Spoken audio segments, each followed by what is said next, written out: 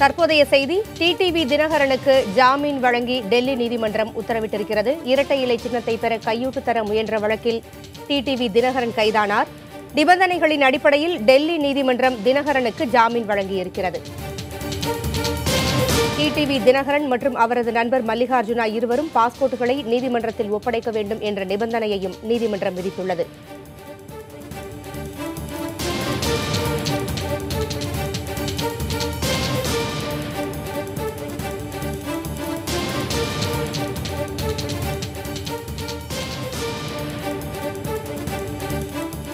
இதுகுறித்த கூடுதல் தகவல்களை நமது செய்தியாளர் ஹனிகுமாரிடம் கேட்கலாம். ஹனிகுமார், விவரம் என்ன? பூங்குழலி இரட்டை இலை சின்னத்தை பெற்றுத்தர லஞ்சம் கொடுத்ததாக தொடரப்பட்டுள்ள வழக்கில் கைதாகி திகார் சிறைச்சாலையில் இருக்கக்கூடிய டிடிவி தினகரன் மற்றும் அவரது மல்லிகார்ஜுனா இருவருக்கும் ஜாமீன் வழங்கி டெல்லி தீஸ் ஹசார் நீதிமன்றம் சற்று முன்னர் உத்தரவிட்டிருக்கிறது. குறிப்பாக இவர்கள் இருவரும் 5 லட்சம் ரூபாய் பிணையில் செல்வதற்கு நீதிமன்றம் உத்தரவிட்டிருக்கிறது. இருவரும் தங்களுடைய பாஸ்போர்ட்டை ஒப்படைக்க வேண்டும். வெளிநாடுகளுக்கு எங்கும் தப்பித்து செல்லக்கூடாது, சாட்சியத்தை களைய முயலக்கூடாது, விசாரணைக்கு எந்த விதமான இடையூறும் ஏற்படுத்தக்கூடாது. Both of them admitted bail என்று கூறி நீதிபதி பூனம் சௌத்ரி உத்தரவிட்டிருக்கிறார். இந்த வழக்கில் குற்றம் சாட்டப்பட்டிருக்கக்கூடிய இருவருக்குமே தற்போது ஜாமீன் வழங்கி நீதிமன்றம் உத்தரவிட்டிருக்கிறது. இதற்கு முன்பாக இவர் ஜாமீனுக்காக விண்ணப்பித்திருந்த பொழுது பல்வேறு விதமான காரணங்களை சொல்லி ஜாமீன் தருவதற்காக நீதிமன்றமானது மறுத்தது. தற்பொழுது தருவதற்கு என்ன காரணம்? இல்லை, நீதிமன்றம் இதற்கு முன்னர் அவர்களுக்கு ஜாமீன் தருவதற்கு எந்த விதமான மறுப்பும் தெரிவிக்கவில்லை. இவர்கள் இதற்கு முன்பாக ஜாமீன் மனு அவர்கள் தாக்கல் செய்யவும் இல்லை. கடந்த 2 வாரங்களுக்கு முன்னர் தான் அவர்கள் ஜாமீன் மனுக்களை தாக்கல் செய்திருந்தனர். யாருக்கு ஜாமீன் மறுக்கப்பட்டது என்றால், இதில் இடைத்தரகராக செயல்பட்ட சுகேஷ் சந்திரசேகருக்கு தான் ஜாமீன் மறுக்கப்பட்டது. டிடிவி தினகரனுக்கும் அவரது நண்பர் மல்லிகார்ஜுனா இருவருக்கும் இதற்கு முன்னர் ஜாமீன் மறுக்கப்படவில்லை. இந்த மனு மீதான விசாரணை கடந்த 2-3 நாட்களுக்கு முன்னர் நிறைவடைந்து இதன் மீதான உத்தரவு நேற்று பிறப்பிக்கப்படும் என்று சொல்லப்பட்டது. அதில் காலதாமதம் ஏற்பட்டதால் இன்றைக்கு இந்த உத்தரவு பிறப்பிக்கப்பட்டிருக்கிறது. இந்த வழக்கில் ஜாமீன் கோரி விண்ணப்பித்த டிடிவி தினகரன் மற்றும் அவரது நண்பர் மல்லிகார்ஜுனா இருவருக்கும் ஜாமீன் வழங்கி நீதிமன்றம் உத்தரவிட்டிருக்கிறது. குறிப்பாக இதற்கு அவர்கள் சொல்லிய காரணம் என்பது, ஏற்கனவே விசாரணையில் அவர்களுக்கு தேவையான விஷயத்தை காவல்துறையினர் பெற்றுவிட்டார்கள்.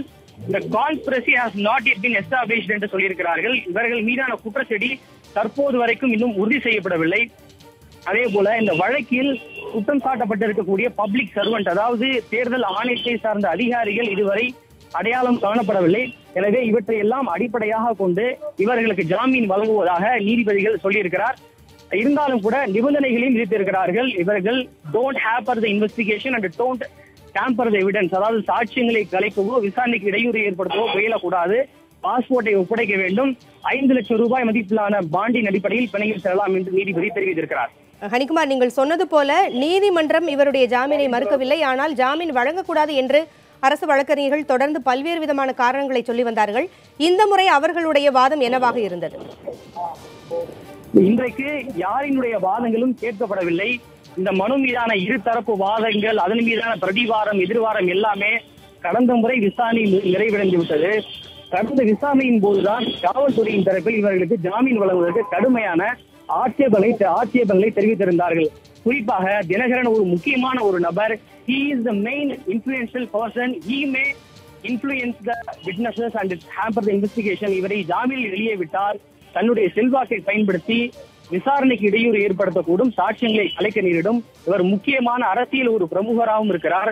இவருடைய செயல்பாடு என்பது தேர்தல் ஆணைய நடைமுறையினுடைய புனிதத்தன்மைக்கு ஒரு இழுக்கு ஏற்படுத்தி இருக்கிறது.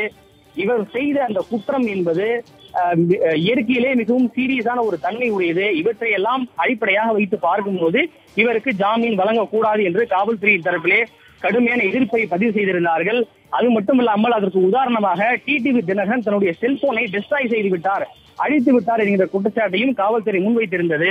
அதற்கு தினகரனின் தரப்பில் நாங்கள் செல்போனை அழிக்கவில்லை, சென்னையிலிருந்து பெங்களூருக்கு சசிகலாவை சென்று விட்டு திரும்பி வருகின்ற போது தானாக கீழே விழுந்து உடைந்து விட்டது என்கிற ஒரு வார்த்தை முன்வைத்திருந்தார்கள். அதே போல டிடிவி தினகரன் கடந்த 44 நாட்களுக்கும் மேலாக சிறையில் இருக்கிறார். இதுவரைக்கும் இந்த விஷயத்தில் குற்றம் சாட்டப்படுகின்ற தேர்தல் ஆணைய அதிகாரிகளை காவல்துறை அடையாளம் கூட காணப்படவில்லை. அப்படி என்றால் காவல்துறை ஊனமாகிவிட்டதா? இவர்களுடைய உண்மையான நோக்கம் என்பதே டிடிவி தினகரனை சிறையில் வைத்திருப்பது மட்டும்தான் இவருடைய உண்மையான நோக்கம் என்கிற மிக கடுமையான வாதங்களையும் டிடிவி தினகரன் அவருடைய தரப்பு வழக்கறிஞர் வைத்திருந்தார். அதே போல அவரை வெளியே விட்டால் அவர் சாட்சியங்களை கலைப்பார் என்று காவல்துறையும் கூட உறுதியாக சொல்லவில்லை. he may tamper the evidence என்று அனுமானத்தின் அடிப்படையில் சொல்கிறார்கள். அவர்களே உறுதியாக இல்லாத போது அனுமானத்தின் அடிப்படையில் சொல்வதை நாம் ஏற்றுக்கொள்ள முடியாது. நாங்கள் உண்மையின் அடிப்படையிலேயும் சாட்சியின் அடிப்படையிலேயும் பேசுகிறோம். ஆனால் காவல்துறையே வெறும் அனுமானத்தின் அடிப்படையிலும் கற்பனையின் அடிப்படையில் மட்டுமே பேசுகிறது. இதனை ஏற்றுக்கொள்ளக் கூடாது என்கிற வாதத்தை தினகரன் சார்பில் ஆஜரான வழக்கறிஞர் அம்மன் லேக்கி தன்னுடைய தரப்பு வாதங்களை முன்வைத்தார். இரு தரப்பு வாதங்களையும் கேட்ட நீதிபதிகள் இதன் மீதான உத்தரவை இன்றைக்கு ஒத்திவைத்திருந்தார்கள். தற்போது மிக முக்கியத்துவம் வாய்ந்த இந்த வழக்கில் இருக்கும் ஜாமீன் வழங்கி நீதிமன்றம் தன்னுடைய உத்தரவை பிறப்பித்திருக்கிறது. டிடிவி தினகரன் எப்பொழுது அந்த அபராத தொகையை செலுத்திவிட்டு ஜாமீனில் வெளியே வரலாம் என்று எதிர்பார்க்கப்படுகிறது? சில நீதிமன்ற நடைமுறைகள் இருக்கின்றன. இந்த உத்தரவு சிறைத்துறை அதிகாரிகளுக்கு சென்று சேர வேண்டும். அதன் பிறகு இருவருமே ஒவ்வொருவரும் தலா 5 லட்சம் ரூபாய் பிணைய தொகையினை செலுத்த வேண்டும்.